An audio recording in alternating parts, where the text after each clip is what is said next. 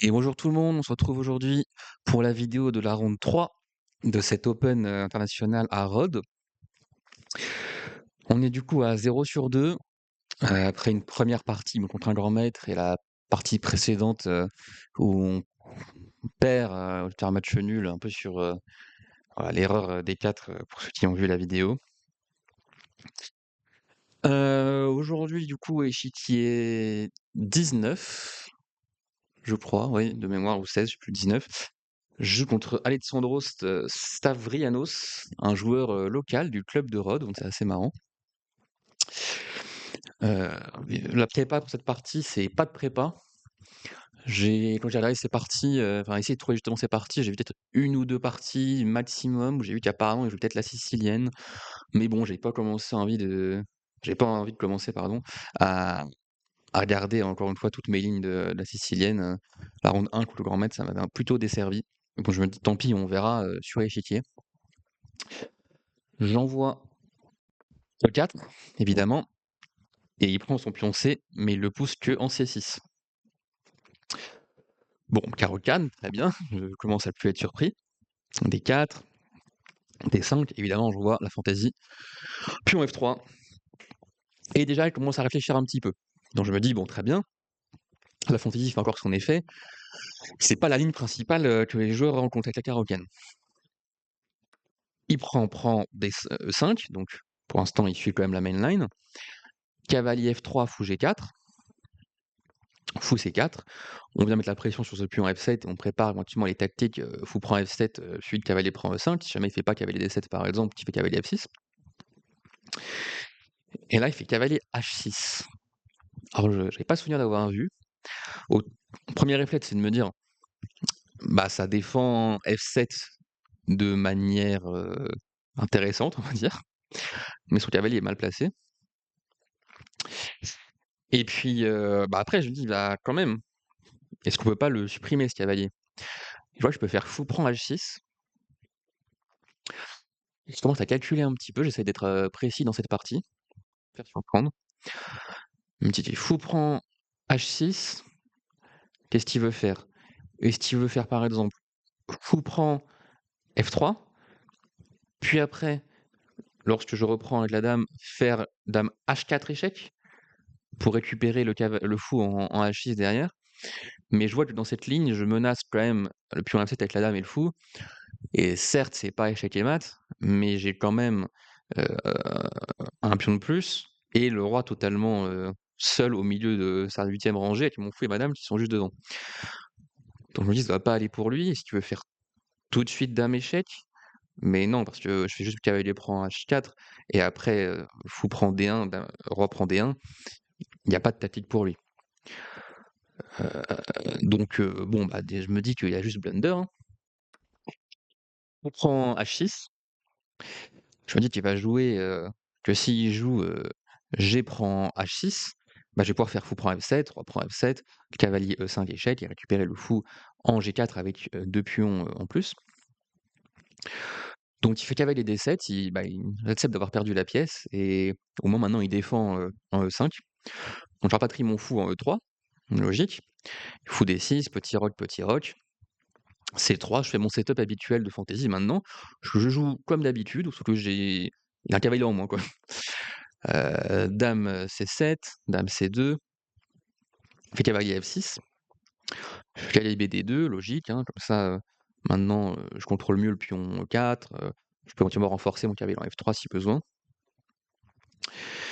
Je guette aussi toujours des idées de tactique, hein, ça change pas. Si jamais il fait par exemple tour 8, et bah je guette toujours s'il n'y a pas une tactique, une fois que la dame est partie, de fou prend, euh, pour après faire avec le cavalier. Enfin, j'essaie de toujours suivre un peu s'il y a des tactiques. Et lui, il sent qu'il y a éventuellement des tactiques aussi, du coup il fait tour A8, pardon. Alors là, je sais pas trop quoi jouer. Est-ce que je fais tour A D1? Est-ce que je fais tour A E1? Est-ce que je fais A4? Souvent, c'est bien de prendre de l'espace. En plus, ça active ma tour A1 et lui, sa tour n'est plus sur la huitième, enfin la colonne A, pardon. Est-ce que je chasse son fou avec H3? Je me dis H3, fou H5. Est-ce que je fais G4? le fou G6 et il commence à avoir un peu de pression sur mon pion E4, sachant qu'à tout moment, il fait E prend D4 et la tour participe aussi à l'attaque du pion E. J'hésite d'envoyer A4, pourquoi pas faire B4 ensuite derrière, puis aussi, surtout, j'évite B5, qui est un coup sourd un petit peu embêtant que peuvent faire les noirs, qui viendrait déranger ce fou qui est très bien placé. Parlant de fou bien placé, il décide de faire fou E6, de contester mon fou qui est sur la très belle diagonale. Alors là, j'ai un dilemme, est-ce que je prends ce fou ou pas? J'ai l'impression que c'est pas mal, surtout que j'ai une pièce de plus, donc je me dis j'ai envie d'échanger. Mais justement, j'ai tendance à trop souvent échanger, et je me dis on va essayer de compliquer un peu les choses, de toute façon j'ai une pièce de plus qui peut m'arriver. Je fais fou D3, et là, il me joue un coup auquel j'avais pas trop pensé. J'étais un peu trop confiant avec ma pièce de plus. Il me fait cavalier G4. Et là, c'est un peu les soucis. Alors, c'est pas non plus encore catastrophique, mais donc il attaque mon fou qui est en E3, qui plus est sur une case où il ferait une fourchette entre ma dame et ma tour. Et puis, il vient menacer le pion H2. Et donc, son idée, c'est de faire E prend D4 pour ouvrir sa batterie fou-dame sur le pion H2. Je dois à la fois défendre les menaces en H2 et défendre mon fou. Bon. Et défendre aussi de la fourchette. Parce que je commence à avoir des idées, par exemple, je me dis fou 5, en fait j'ai peur après un H6, bah, par exemple si je dois faire, mon fou il a plus trop de cases quoi. Donc si je dois faire fou H4 et bah, après, il peut venir faire la fourchette. Alors c'est pas encore fini, mais bon j'ai pas envie de rentrer là-dedans. OK, compliqué. Je me dis: «Est-ce que peut-être j'ai le temps de prendre d'abord?» Et s'il prend, je prends le fou, j'attaque la dame. Parce qu'en fait, il attaque ma dame et une fois que je prends la dame, il prend la tour et une fois que je récupère la tour, heu et bah, il a récupéré quand même, une qualité. Bon, mon pion, il va tomber en C7 donc c'est plus aussi, net que quand j'avais une pièce de plus. Donc je me dis: «Je peux pas prendre tout de suite». Ensuite, je me dis: «Je peux faire tour A E1, protéger mon fou et prise, heu, là, si jamais il prend, maintenant je prends, il y a plus de problème sur H2». Sauf que, bah, il est pas obligé de prendre. Il peut faire enfin, il est pas obligé de prendre le fou, il peut prendre juste le pion D et là, maintenant, si je reprends, juste du pion, il peut faire fou prend H2 échec, et je suis obligé de faire roi H1 et bon, il a quand même regagné un pion et c'est pas plaisant. Mon roi, il devient faible, j'aime pas ça. Je me dis: «Bon, bah, au pire, je peux quand même rendre un pion, mais pas le pion H2 que j'ai envie de garder, protéger mon roi. Je peux pousser E5 ici et par exemple, s'il fait, je sais pas, fou prend, cavalier prend, dame prend, après j'ai peut-être des idées de, par exemple, fou F4 et essayer de m'en sortir, tant bien que mal». Sauf qu'en fait, bah, une fois que je pousse le pion, il est pas obligé de prendre le pion tout de suite, il peut d'abord prendre la pièce. Moi, je prends la pièce, il reprend et en fait, je peux pas reprendre tout de suite. Donc je fais peut-être, je sais pas, cavalier E4, mais bon, c'est pas clair, clair, quoi. Sachant qu'il y a sûrement mieux aussi pour lui. Donc je décide de faire, fou F2. Fou F2, bon, s'il veut prendre le fou, bah, très bien, hein. De toute façon, il pouvait pas fuir le fou. Mais l'idée, c'est quoi? C'est que, bah, c'est la partie. Sur E prend D4, maintenant quand je fais E5, le pion D4 n'attaque plus mon fou en E3. Donc il fait fou prend, cavalier prend, dame prend. Donc il a récupéré un pion, et il menace de prendre mon pion C3 aussi, puis il menace surtout mat en H2. Donc là, j'ai plusieurs moyens de défendre le mat. Bon, faire un coup comme G3, ça me donne vraiment pas envie, ça va affaiblir mon roi, il va mettre son fou après en D5 et ça va être terrible. Enfin, terrible, ça me donne pas envie. Je me dis aussi, bon, malin, je peux faire fou G3, j'attaque la dame, elle va devoir bouger quelque part et cetera. Elle a pas forcément énormément de cases, après je peux récupérer tranquillement en D4. Parce que là, je commence à avoir des lignes avec, par exemple, dame E3 échec, je dois bouger mon roi et c'est pas sexy. J'aime pas du tout laisser cet échec en E3. Donc j'essaie de faire le calme, cavalier F3. J'attaque la dame, je défends bien le mat. Alors j'ai bien vérifié 3 fois en calculant, que je me trompais pas, je laissais pas un mat en 1 quand même, c'est bête de se faire mater, quand on a une pièce de plus. J'attaque la dame. Il vient en H5, menace toujours, si mon cavalier bouge, un mat et je comprends que son idée, ça va être de faire, heu, fou D5, essayer de supprimer ce cavalier et après venir mater.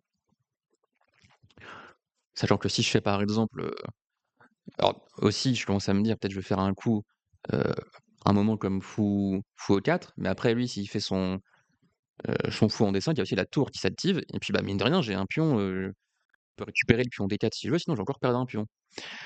Sa dame en H5 est aussi bien placée parce qu'elle m'empêche de faire fou prend H7 échec. Heu, donc en fait la question c'est est-ce que j'arrive à temps à prendre le pion D4 ou est-ce qu'il va menacer trop vite, mon cavalier? Bon si je fais un coup de bateau par exemple, tour C1 et qu'il fait ensuite, heu, le fou là, si je veux prendre le,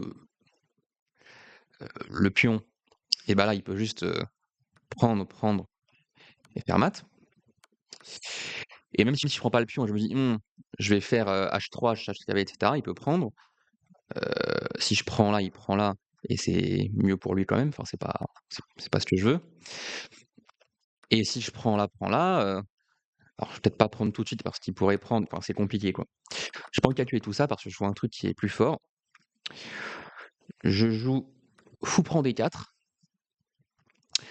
et l'idée est simple, sur, fou D5 qui est la partie, bah, je fais H3 et en fait s'il prend le cavalier, je reprends avec la tour. Maintenant le fou n'obstrue plus, heu, la vue de la tour sur le cavalier et du coup le pion H3, bah, serait toujours défendu par G2. J'ai la dame qui va contrôler aussi G2 latéralement, donc il y a pas de problème avec des dames qui viendraient s'embêter avec le fou et mon fou maintenant en D4 est placé à 2 cases du cavalier, il est parfait, le cavalier va devoir bouger, je vais pouvoir échanger mon fou contre le cavalier, me retrouver avec, des pièces relativement bien placées. Alors que lui, toute son initiative aura été, et on se souvient quand j'avais un peu peur là, avec le cavalier G4, que mes pièces étaient en fourchette, que j'avais des pions H2 et menaces de mat et cetera. Là maintenant, ouf, on respire quand même beaucoup plus. Il vient un cavalier en E3. Bon, bah, je le prends évidemment, il prend avec la tour et là, je suis quand même pas max parce qu'il attaque 3 fois mon cavalier, défendu que 2 fois. Il je peux J'hésite à faire par exemple quelque chose comme fou E2 pour venir renforcer la défense, heu, de de ce cavalier. Mais bon, il peut toujours avoir, malgré tout des prises. Bon ça irait. Donc c'est pas ces prises-là qui me font peur, mais par exemple rien que doubler les tours, déjà ça me fait défendre encore plus mon fou. C'est-à-dire que je dois le défendre peut-être avec, par exemple, tour à E1, mais ça fait une sorte de pas de clouage, mais ouais, si je prends là, je suis obligé de prendre avec la tour, parce que si je prends avec le fou, ça peut tomber. En même temps, j'attaque la dame, enfin bon, c'est des variantes très compliquées que j'aime pas trop. Donc je me dis très simple, on va faire d'abord tour à E1. Heu, L'idée, c'est donc s'il prend du fou, je prends la tour. Il y a pas de menace de mat, il y a rien, et donc ça c'est bon. Il peut pas commencer par prendre avec le fou. Et s'il commence par prendre avec la tour, et bah, je prends, il reprend et alors là, je m'étais dit que je peux reprendre là et même s'il prend, j'ai ma dame qui revient bloquer, en G2 et ça devrait aller. J'ai quand même, alors certes plus qu'1 pion de plus pour, la pièce, mais ça devrait aller. Il y a peut-être mieux aussi, entre-temps, j'ai là, je fais la ligne comme ça, sans avoir revérifié avec l'ordinateur, mais c'est à minima ce que je me dis. Il fait tour F8, logique, il veut doubler, mais je me dis que maintenant qu'on échange les tours, il a un signal faible, c'est qu'il y a le mat du couloir qui peut arriver à tout moment et je me dis que ça va être mieux. Donc dans la partie, à ce moment-là, je me dis: «Bon, je vais peut-être pouvoir faire dame, F2». J'attaque la tour, je défends mon cavalier, il va devoir bouger l'un ou l'autre, enfin la tour ou bouger quelque chose d'autre et ça ira mieux et je prends la pièce, je commence à la bouger sur F2 et en la bougeant, je me rends compte que dame F2, ça laisse le fou D3 en prise et alors heureusement, j'ai pas encore lâché ma pièce et je reviens avec la dame pour faire juste un autre coup qui me paraissait bien aussi, dame D2. Donc un peu de chance là-dessus quand même de pas avoir lâché la pièce. Je me dis: «Bon, c'est le même effet», je commence à avoir un peu, alors pas peur, mais calcul, peut-être qu'il peut faire dame H6, fait une sorte de je commence à me dire: «Bon, dame H6, heu, si je fais C5, c'est d'attaquer ce fou, il peut faire tour prend et si je prends un dame, il fait tour prend intermédiaire échec, je reprends et bah, il a récupéré, la pièce et il a même un pion de plus maintenant». Donc pour savoir ses thèmes tactiques, je me dis: «Mmh, peut-être pas le mieux quand même finalement». Mais il a peur aussi et il joue tour E6. Alors tour E6, là je commence à avoir des tactiques, hein, avec, cette, 8e rangée qui n'est pas défendue, mon fou qui peut bouger et la dame qui ferait une découverte. Donc je me dis: «Je vais attaquer son fou, je vais faire C4». Le fou de toute façon est plus ou moins enfermé. Je vérifie qu'il peut pas faire fou prend, dame C5 échec, roi bouge. Il peut pas prendre le fou parce qu'il y aurait mat. Important quand même qu'il y ait le mat, sinon il récupère un pion. Donc là, il peut pas faire ça. Et sur fou prend le cavalier, je commence à essayer de calculer des découvertes. Alors je commence par me dire peut-être, fou G6, attaque la dame et s'il prend le fou, je mate. Parce que en fait, ça fonctionne pas pour 2 raisons. Déjà, il peut faire dame C5 échec, bouger le roi et mettre son alors par exemple, juste, prendre le fou. Alors, c'est un thème qu'on va voir de toute façon, sinon il reprend, ça ouvre la colonne, mais même il pourrait mettre la dame ici, il y aura pas de problème. Et puis surtout, bah, il peut juste prendre en fait et il y a plus de mat parce que, ça a ouvert la rangée. Donc ça marche pas. Alors je commence à me dire alors, peut-être, fou E4 par exemple. Sauf que, bah, en fait, ça fonctionne pas, il peut juste faire par exemple tour, E8 revient et moi je peux récupérer son fou. Mais bon, j'ai pas non plus, encore il y a sûrement mieux pour lui, mais j'ai pas gagné, monts et merveilles, il y a sûrement mieux pour lui, là il est un peu tard, j'arrive plus trop à calculer. Ouais, j'essaie de voir aussi, me dire: «Bon, du coup, peut-être que s'il prend, je fais fou ici, je coupe la dame qui peut pas faire échec et j'attaque la tour et je menace le mat». Mais en fait, il peut juste faire, fou, je pensais fou D5, prise, prise, prise, prise et bon ça, c'est quand même beaucoup mieux. Donc je sais plus ce que j'ai calculé comme variante, mais de toute façon, je me dis que j'ai quand même toujours de l'avance, heu et que tout va bien se passer. Du coup, je fais tour prend F3, le plus simple, je continue à avoir toujours une pièce de plus pour seulement un pion de moins et il y a toujours les mêmes menaces qui traînent, hein. Je me dis: «On sait jamais si naïvement il fait tour D6, essayer de clouer mon fou sur ma dame, bah, j'ai le joli, je sais pas, le classique, fou H7 échec pour gagner la tour derrière».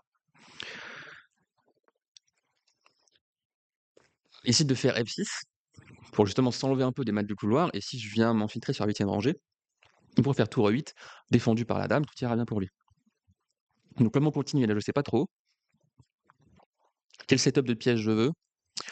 Est-ce que je veux, mes 2 pièces lourdes sur la colonne D? Je me dis peut-être mon fou, il serait bien en F3, soutenu par le pion G2, il serait stable, il va pas gêner les colonnes. Donc au début, je me dis peut-être faire un fou E2, menacer une sorte de pseudo-découverte, et OK, on verra. Mais je sais pas, je suis pas forcément, fan. Je me dis que ça coupe un peu la coordination de mes pièces. Ensuite d'envoyer tour F5, embêter un peu sa dame et pourquoi pas après peut-être aller en A5 ou autre, enfin bien contrôler cette, 5e rangée. Et puis la dame a pas beaucoup de cases, n'empêche. Alors je veux pas enfermer la dame, mais si je peux forcer l'échange des dames, je suis quand même content. Une finale où j'échange les dames, où j'ai juste la tour et le fou avec un pion de moins contre la tour et les pions, je suis assez confiant pour la gagner. Heu, j'ai pas forcément envie de juste échanger les tours parce qu'avec la dame, j'ai toujours peur qu'il y ait des échecs perpétuels ou quoi. Mon roi est quand même un peu dans les courants vert sur les cases noires, donc j'ai plus de fou de cases noires et que les pions sont en G2 et H3. On voit que la seule case pour lui, pour pas échanger les dames, dame H4.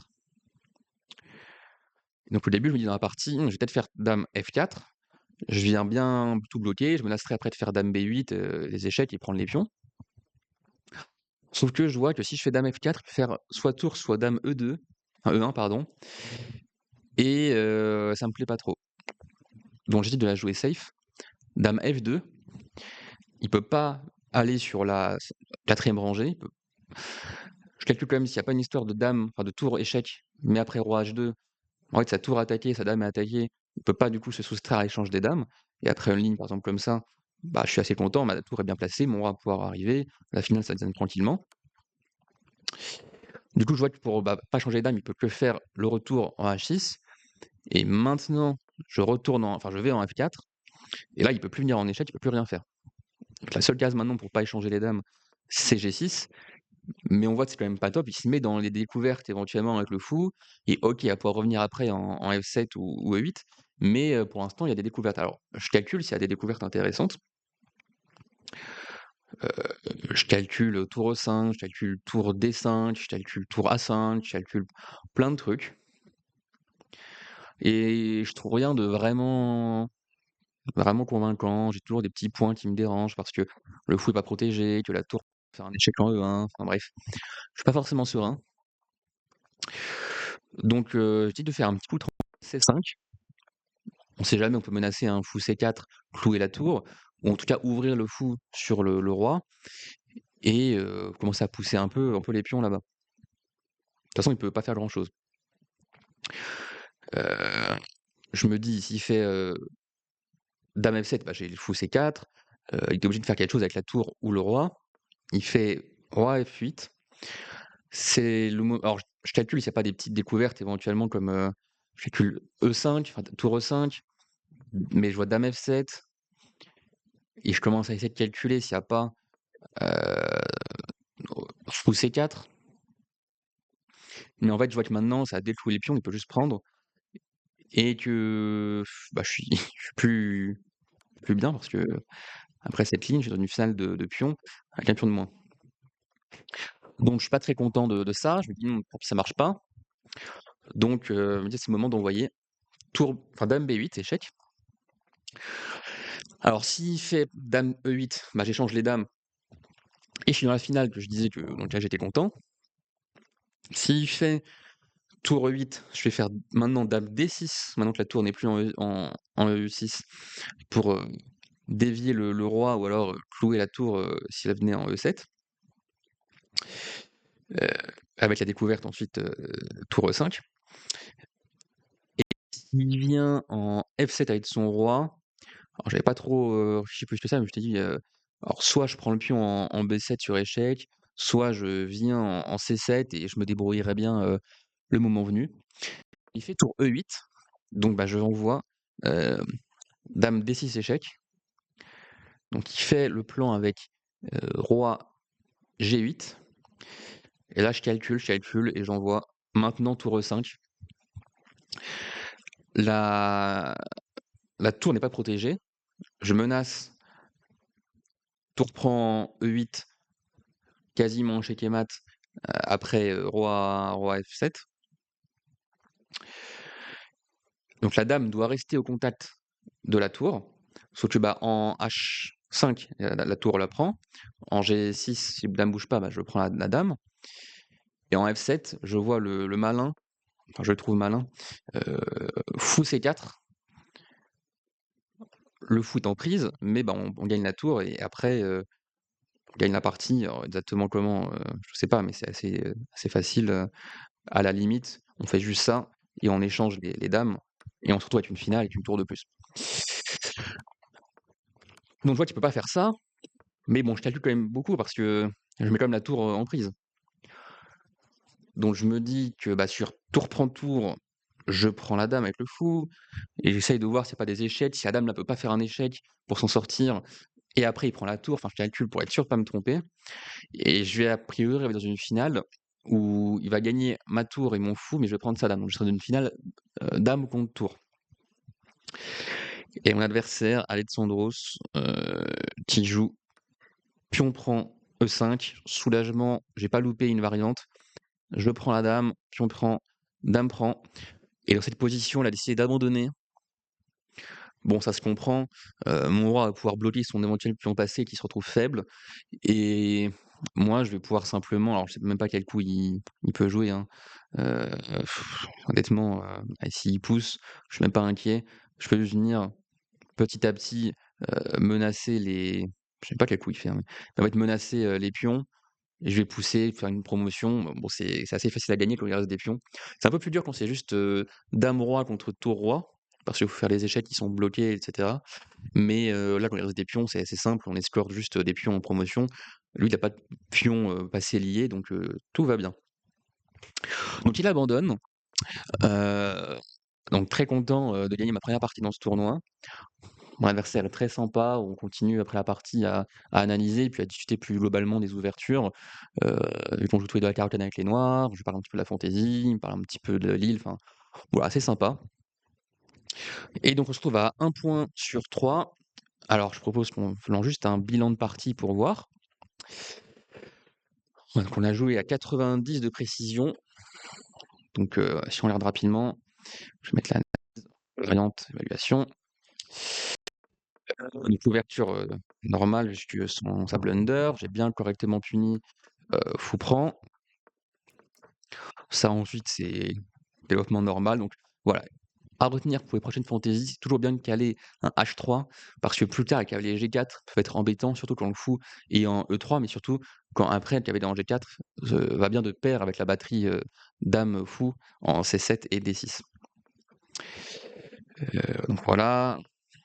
Et là, du coup, c'est le moment où revenir n'était pas top.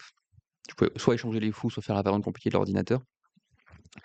Bon, ça reste toujours mieux pour moi, j'ai une pièce de plus, mais c'est pas simple. Donc là, je suis quand même content parce que j'ai trouvé les meilleurs coups. Fou F2, c'est le meilleur coup. Pas forcément les coups les plus durs à trouver, mais c'est toujours ça. Avec la continuation sur E prend D4, de bien faire E5, le meilleur coup, encore une fois. Fou prend, donc cavalier prend meilleur coup, logique. Maintenant cavalier F3, encore un meilleur coup. Et maintenant fou prend D4, meilleur coup. Donc j'étais assez content de cette séquence parce que j'ai quand même pas mal réfléchi. Je voulais être sûr d'être précis pour me sortir de ce pétrin.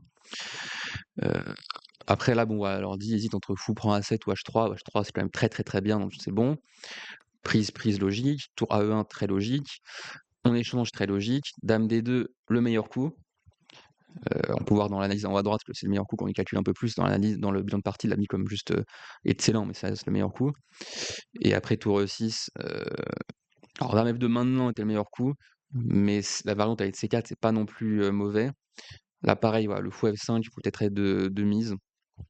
Bon, la découverte, était peut-être, mieux, mais en tout cas, ma variante avec tour prend F3 reste quand même très, très bonne.